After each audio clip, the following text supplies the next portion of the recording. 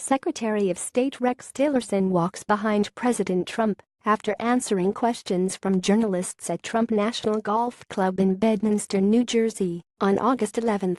Pablo Martinez Monsivais, President Trump and Secretary of State Rex Tillerson tried Tuesday to smooth over tensions in their relationship during a White House lunch after the president proposed an IQ test's face-off with his top diplomat, who earlier had privately called Trump a moron and disparaged his grasp of foreign policy.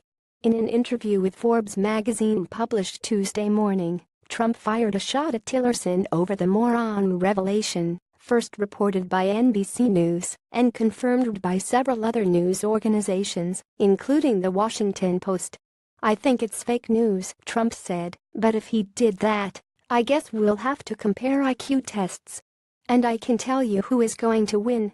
White House Press Secretary Sarah Huckabee Sanders later insisted that Trump's comment was a joke and nothing more than that. "The president certainly never implied that the Secretary of State was not incredibly intelligent," Sanders said in Tuesday afternoon's news briefing. She added that Trump has 100% confidence in Tillerson and admonished reporters for taking the president's comment so seriously. President Trump talks to former Secretary of State Henry Kissinger in the Oval Office on Tuesday.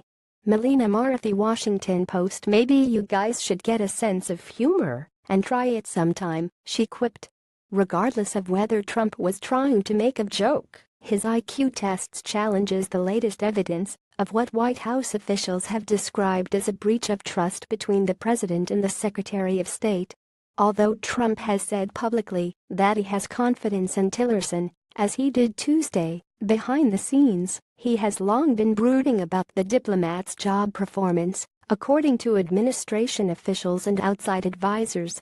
Trump has been frustrated by what he sees as the secretary's traditionalist worldview on a host of issues, from Iran to North Korea, in contrast to the president's desire to redefine America's role around the globe. Helping soothe tensions between the two men have been White House Chief of Staff John F. Kelly and Defense Secretary Jim Mattis, who both have privately stressed the imperative of stability atop the State Department at a critical moment for the nation. Trump is trying to manage the North Korean nuclear crisis and planning an ambitious diplomatic trip to Asia in early November.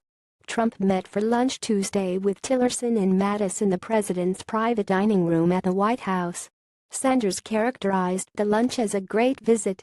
Shortly before the lunch, a reporter asked Trump whether he had undercut Tillerson with his comments to Forbes.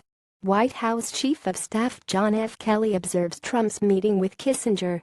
Melina Murthy, Washington Post. "No, I didn't undercut anybody.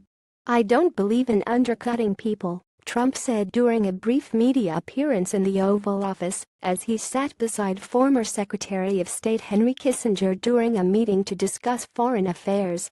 When a reporter asked Trump whether he has confidence in Tillerson as his Secretary of State, the president replied, "Yes."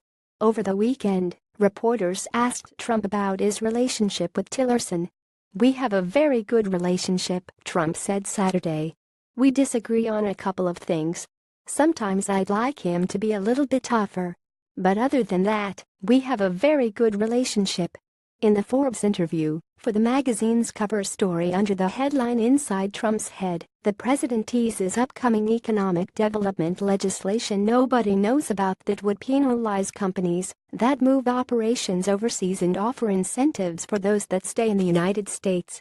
Trump previewed what he called an economic development bill, which "I think will be fantastic," which nobody knows about, which you are hearing about for the first time.